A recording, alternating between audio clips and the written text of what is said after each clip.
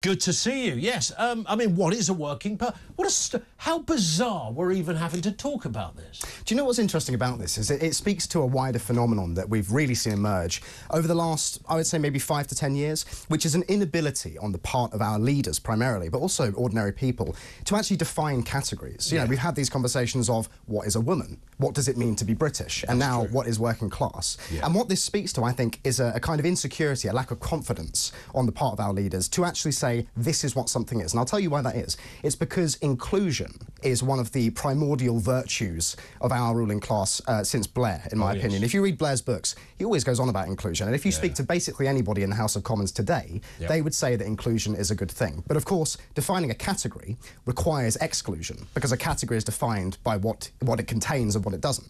Correct. And so working class, defining a woman, defining Britishness, actually the very act of doing that goes against their whole moral paradigm. That's a very good point, And so, and the other thing to add to this, so by the way, they've been scuppered by their own logic in many respects on this one. Well, this is the end point of the principle of inclusion is nothing means anything. You can't define anything. You can't sort of set boundaries in any way, shape or form, which leads to a collapse not just culturally, but also in the way that we speak to each other and communicate with each other, because this is both a symbolic thing, a kind of figurative thing in language, but also a literal thing. If you look at our borders, there's an inability to place boundaries in the kind of modern political situation. There's one thing I'd like to add as well to this particular issue when it comes to the definition of working class. I actually think, I think that people are giving Starmer a bit of a hard time about this, because it is quite a difficult thing to define in the age during which we live, because this was a phrase, working class, that emerged very much during the Industrial Revolution and was popularised by the likes of Karl Marx and so on,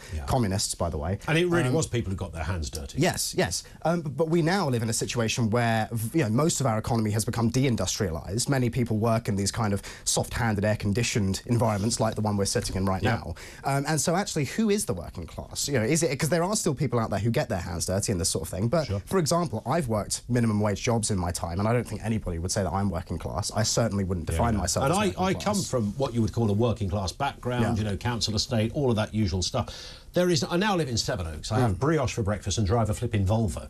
I'm not working class in that respect. I've still got the roots there, and I've still got an understanding, and therefore I'd like to think a qualification on some elements of that. But you're right, things shift and they move around. So what was working class even 20, 30 years ago has changed today. Now, Keir Starmer, I mean, you might think he would know better on this. Let's just remind ourselves, considering his own backstory, you might think he'd have a different view on this. Let's have a look. My dad was a tool maker. He worked in a factory. My mum was a nurse. We didn't have a lot when we were growing up.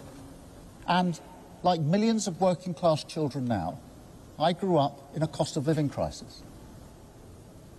I know what it feels like to be embarrassed to bring your mates home because the carpet is threadbare and the window's cracked. Well, the cracked window policy. Is that like the broken window policy? I don't know. Did you know his dad was a toolmaker? I've never heard that. Never been. Well, why has he never told us this stuff before? I mean, his dad was a toolmaker. I think he ended up owning a factory. He did rather well, but fair enough. He started somewhere. His mum was a nurse. I mean, they're, fairly professional jobs, I would say. I think he's probably maybe upper working class, lower middle at that point. But again, now he's a right old North London poshie. Yeah, but what do these categories even mean at this point? What do they mean? Because another thing that's interesting is, Labour began and is nominally the party of the working class, and the fact that they're really struggling to define what that even means suggests that actually what the party represents is something else. And many people have made this observation, and I count myself among those people, that the Labour Party is essentially the political wing of the managerial class, and the managerial class is actually something that's very easy to define, because these are the types of people who work in HR, the types of people who work in the civil service, the types of people who work in university kind of administration. These people actually control a great deal of sort of day-to-day life across the West, really. And the Labour Party, in the politics that they represent, are the political wing of these people. So I think it's no wonder they're struggling to define the working class, because they don't know what it is. And I think when they first said this, like in their manifesto, I just think they were so in love with the, working people thing. It was right in the DNA of the likes of Rayner and co, that they would just throw that out there. We know what we mean, everyone knows what they mean, and now they've been forced to kind of, well, hang on, define it then. because you're talking about, I mean, landlords. I mean, the average landlord owns one house. I don't think for 1 second they're rich. Landlords who own 2 houses, there's invariably a mortgage on either both or at least one of them. So we're not talking about multi-millionaires here. It's quite hard to make a lot of money. I know there's a myth that, you know, once you've got the house up and running, you know, you can sit back, pick your toenails, eat some marshmallows and watch Homes Under the Hammer all day while somebody else pays for your... But it doesn't really, in reality, work like that if you speak to landlords. How insulting as well to people who are, you know, working with their hands, as we've said already, who do invest in, you know, in companies and that sort of thing, because that is something that happens, shockingly enough. I don't know if Keir Starmer and his cronies recognise this, but it is, you know, something that people do. How insulting to those people that he thinks that they're not working class because they have the temerity to invest. I used to go to a gym where there was a fella that went in there, I think he was a postman or something, and did stocks and shares. That's what he did. Didn't do a lot, because he said, I can't afford loads, but he understood the system and he got it. He recommended, so the first time I ever bought, in fact, the first and only time I ever bought some shares, was on the advice of this guy, this postie that used to go to the gym. So to someone like him, you know, who's meant to be Tarquin, Farquhar, Beaujolais, Magoulash, Smithers, according to... You know, it was just an ordinary bloke. Thought, I'll make an extra few quid. It's not loads, but it's a bit extra by dabbling in the stock market. Yeah, and there's one other key point to make here, which is those people who we kind of instinctively think of as being the working class overwhelmingly skew conservative in their social, political and economic views, which is why you saw such an outpouring for Reform UK at the election in, for example, red wall seats, which are generally thought of as being working class areas. Correct. And so Keir Starmer and, you know, and the Labour Party, the managerial kind of elite within that party, saying that they represent working class people. I don't think they know the first thing about working class people. Nothing whatsoever. Labour's nanny state pub garden smoking ban rules hit with a case of flip-flop Keir as fears over job losses have led to the plan being dropped. Let's remind ourselves what the Prime Minister had previously said about smoking. My starting point on this is to remind everyone that over 80,000 people lose their lives every year because of smoking. That's a preventable death. It's a huge burden on the NHS, and of course it's a burden on the taxpayer.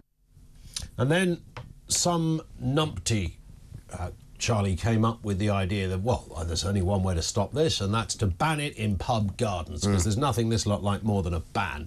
And now they've flip-flopped on that, because everyone's gone, it's a bit of a rubbish idea, frankly. It probably won't work, and it might affect business. Well, this, again, speaks to this enormous gulf, this yawning gap between the elites in the Labour Party and the actual people of this country. The British Beer and Pub Association, they put out some analysis that suggested that this ban would see, I think, 3 pubs a week close, because it's an important part of pub culture. Now, I don't smoke personally, but I recognise that it's, you know, you go to the pub and plenty of people are smoking, so it is an important part of that kind of that whole world.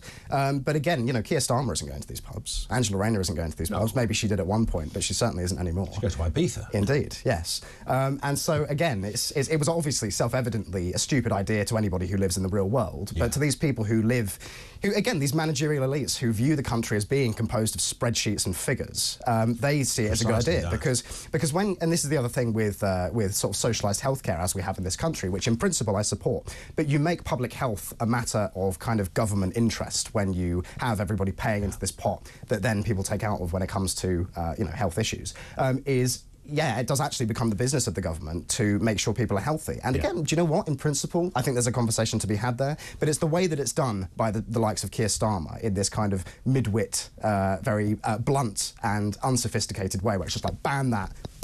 Yeah, exactly. Yeah, because we say that that's the right thing to do for this group. We can speak on it because we're the state, and the state knows better than the individual. Yes. And it's all of that kind of thinking. And, you know, again, back to the working man, you know, having a pint after work and a quick smoke in the pub garden just to extend the kind of Starmer-esque stereotype. You know, you might think if he knew anything about that group of people, he wouldn't have been monkeying around with daft policies like this. Indeed.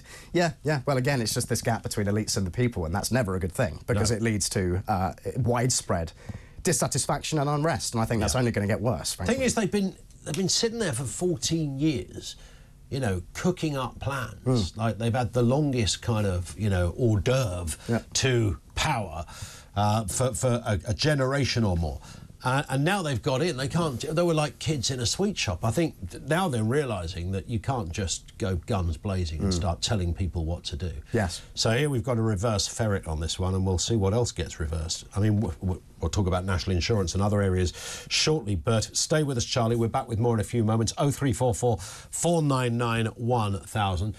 Sounds like a daft question. What is a working person? We're only asking that because the Prime Minister apparently can't quite define what a working person is. Well, it's, you know, it's one of those, it's working, they're not, they don't know, basically. But they've come up with the phrase and now they've got to back it up and they don't know how to do it. I just found out, talking to Charlie, because I know Charlie's been on with us before, but that Charlie's also from Ashford in Kent. God's own town. Ashford is the weirdest town, I think. Yeah, yeah. I mean, it's great. Is it still weird town? It is weird. It's a real sort of patchwork of a town, and it's huge as well now. Like, it's massive. Yeah, in my lifetime, it's grown massively. But it's actually, do you know what? The experience of going to university, I went, you know, quite far away from where I'm from in Kent. But actually, all the high streets of this country look exactly. Yeah, I wish, if that existed. But you know, all the high streets of this town look absolutely identical because they're this same kind of run-down mishmash of American chains, McDonald's, Starbucks, etc., charity shops, and then dodgy-looking barbers and that kind of thing, vape shops and so on. A lot of barbers, a lot of vapes. Yeah, but that's what Ashford is now. But that's also what the rest of the country, much of the rest of the country looks like. You know, this kind of quaint idea that we have of our town centres is completely gone. And Ashford was never, when I was a kid growing up, like the cool towns were Maidstone and Canterbury. Yeah. They were the cool. Obviously, Canterbury's, you know, globally famous because of the cathedral and stuff, and you know, and Ashford never kind of ticked that box. But it has got a big shopping mall, outdoor. But even that, do you know what? I mean, which seems to attract people. It's so funny. I didn't expect to be talking about this today, but neither did I. Because it's where I live. It's something I think about a lot. That shopping centre is almost like an American outpost that's kind of been. It's called is it MacArthur? MacArthur Glen. That's it. It's been it's been sunk into the town, and it's just, you know, it's very much separate to the rest of the town. It is. It's nothing else is around. Yeah, and I think I've thought before, which is probably very. I don't know, just a high-minded and academic to think about this, but I thought that there's a symbolism in that, that this, because Ashford's a very old town, you know, it can be traced back to the Roman invasion of Britain. It's, you know, it's an old market town. Reparations, please, from the Italians. Indeed, yes. Yeah, conversation to be had there. Absolutely. But it is this kind of very, very American organism that's just been sort of dropped in. Yeah, it's been, what's the word, sort of, just like fused onto the town, which was once this very English quaint market town and is now this very corporatised, but at the same time run down place. The outlet. But it is the only place, the only, people do travel to go there. Oh yeah, yeah. People travel from France to go. You know, they do. It's very famous. Well, very there used to be a railway station where you could stop from it doesn't stop there anymore. No, it doesn't. The Eurostar. No, for some strange reason. Anyway. Let's move on to this story. I mentioned reparations and the King has got involved. King Charles speaking about reparations and British history while on a trip to Samoa. Let's have a listen to what the King said. None of us can change the past, but we can commit with all our hearts to learning its lessons and to finding creative ways to right inequalities that endure. That's a heck of a necklace, isn't it? Yeah, it's quite a good look. Rocking that look, Charles. There it is. Now, obviously, that line would have been agreed with the government before. I didn't just pitch up and say it. That was an agreed line. That it's about essentially looking forward, not backwards. And I think most sane people tend to agree with that.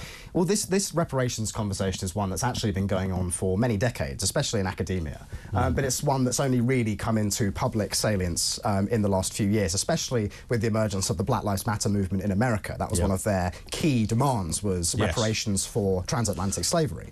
And it's something that does actually require quite a sophisticated discussion, because actually the argument made by the pro-reparations side is, well, our community, to use Starmerite language, has been massively economically and socially set back by this historic injustice of slavery, or whatever else, colonialism, whatever you want to call it, although they are different things.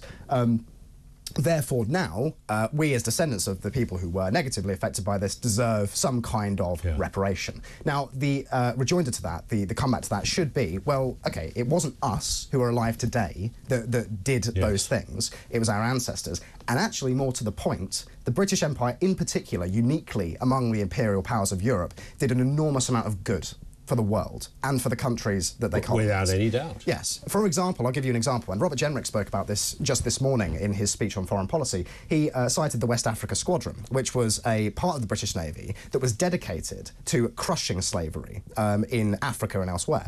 And we spent an enormous amount of money and blood doing that. And it was only in 2015 that the taxpayer actually finished paying off that debt. Yeah. And so if you want reparations, I point you towards that. We've already done our bit. It's a good point. It's a good point. And also I think it's, you know, I say this whenever we talk about this, Charlie, but if you want to, you know, take that era and subsequent generations from that time,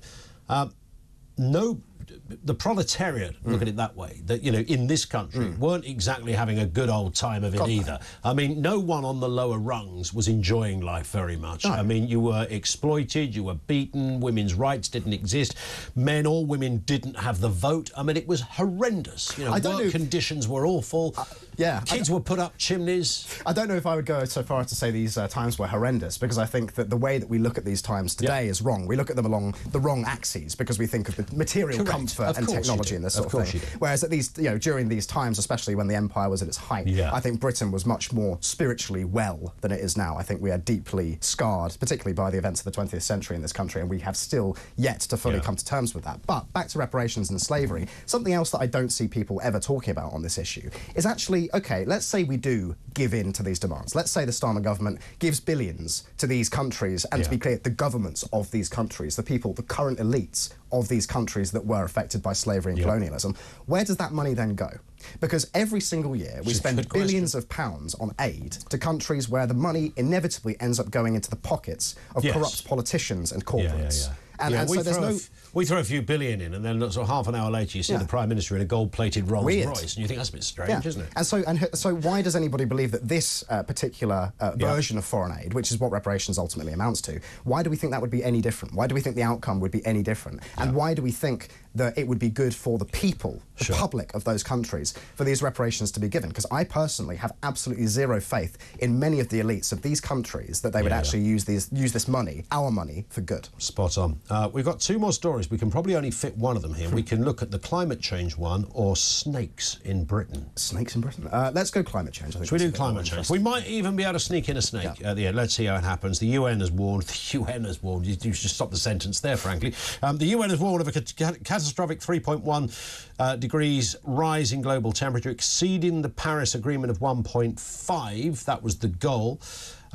They estimate the Earth's temperature could increase 2.6 to 3.1, contingent on global emission reduction efforts. That makes things very, very hot. Severe wildfires, extreme heat and floods worsening. 2024 is projected to be the hottest year on record. We're all going to die, Charlie. Do you know what? So this issue, environmentalism in general, is one, again, that requires, and I feel like I've said this many times today, it requires a nuanced sort of diagnosis, analysis, because actually it is important to take care of the environment. Like, that's not a controversial thing to say. The natural world should be preserved, and especially in Britain, where we are blessed with this beautiful country that our ancestors have given us. It is our duty as Englishmen and as Brits to take care of that and to look after it, and to not just pave over this country with these kind of endless, I mean, in Ashford, where I'm from, paving over these fields that I played in when I was a child with these endless, identical sort of IKEA flat pack housing developments, which are being built because of the population explosion caused by mass immigration. So there's another kind of policy that comes into this. But actually also, you know, solar farms, wind farms, all of these sorts of things, paving over the beauty of the English countryside in the name of environmentalism has got to be one of the most backwards and ridiculous ideas I've ever heard. And so protecting the environment is important, but a lot of what is done in the name of climate change specifically what's interesting is the power dynamic at play, because this is a narrative that is supported and bought and paid for by basically all of the centres of power in our society. Like so many of these issues, whether it's kind of woke politics or mass immigration or whatever else, everybody in the government supports it. I'm talking about climate change, measures to combat climate change. Everyone in the government supports it. Everyone in the civil service supports it. Everyone in the media supports it, barring, obviously, certain examples like yourself, for instance. Everybody in the corporate world supports it. Everybody in the NGO kind of network supports it. This is something that is very much an elite project. And it's funny how the measures that are always suggested to combat climate change just so happen to cede more power to central governments and also international organisations like the UN. Yes, indeed. And huge corporates and institutions that usually do rather well, you know, they say, well, we need some research money on this, you know. Yeah. Here's a couple of £1 million. We need to invest, you know, a manufacturer needs to invest to be greener so they can also put their hand in the till on this one as well. There's a lot of money swishing around. Like so many things in politics, it will, if you excuse my kind of crude phrasing on this, it's just BS, BS, BS, BS, therefore give us money. Yes. And so much of politics, or power. Give us money, give us power. And that's, again, that's not to say that protecting the environment isn't important, but the way that our current elite class go about that, again, just so happens to line their own pockets and cede more power to them. So you have to be sceptical of the actual motivation behind this. Because, again, Tony Blair, for instance, is the prime example of this. He's somebody who has been banging on about this issue for many decades at this point. Doesn't stop. Yeah, he doesn't. And that's because, I know, you know, if you read Blair's work, which I have, because I think he's a very, very interesting and effective politician, he's serving a very dark agenda, in my opinion, but he is far more effective for my money than basically anybody in Parliament right now. And if you read his vision of the world, and this is a vision that's brought into by the likes of the UN, it is a world where there is just surveillance, you know, mass surveillance, digital ID, centrally controlled digital currencies. It's back to the spreadsheet and the databases, isn't it? Where nobody owns anything. It's a pure, like, James Burnham wrote about this in the mid-century. He called it the managerial revolution. And that is what all of these things, this whole I don't know, just this network of ideas that are all interconnected. That's what it all points towards, is a fundamental transformation in the way that human societies are organised. What makes them feel warmer in the pit of their belly? I think Gordon Brown was actually in a similar, although, you know, largely ineffectual as a politician and a political operator, but I think he was in the same place. He loved a database. He loved a spreadsheet. The idea that everything was nicely interlinked made him sleep better at night. And I don't know if these guys are sort of aware of, firstly, you know, the perception of some of these projects, which are awful. You know, we're doing stuff here that China go, blimey, even we wouldn't do that. Yeah, extraordinary. Well, the first thing to say is that in a society of mass and scale, which is the type of society we live in, where there's lots of people, there's lots of moving parts, there's a great deal of complexity and lots of things happening at the same time, you do need some kind of managerial structure to deal with all of that. But it should be a well-run and efficient managerial structure, not one that serves its own ends and seems to only exist to expand its own influence, which is the kind of managerial structure we have now. The civil service, for instance, has 500,000 people working for it. A state that is 500,000 people large is absurd, and it's unprecedented in human history. And again, does it get things done? No, quite the opposite. It only ever leads to more blockages, more obstacles, more difficulties to actually solve the problems that are facing our countries. Yeah, you build your bureaucracy, you pay the price, ultimately. Charlie, thank you. You've been fabulous. Charlie Downs with us here on Talk.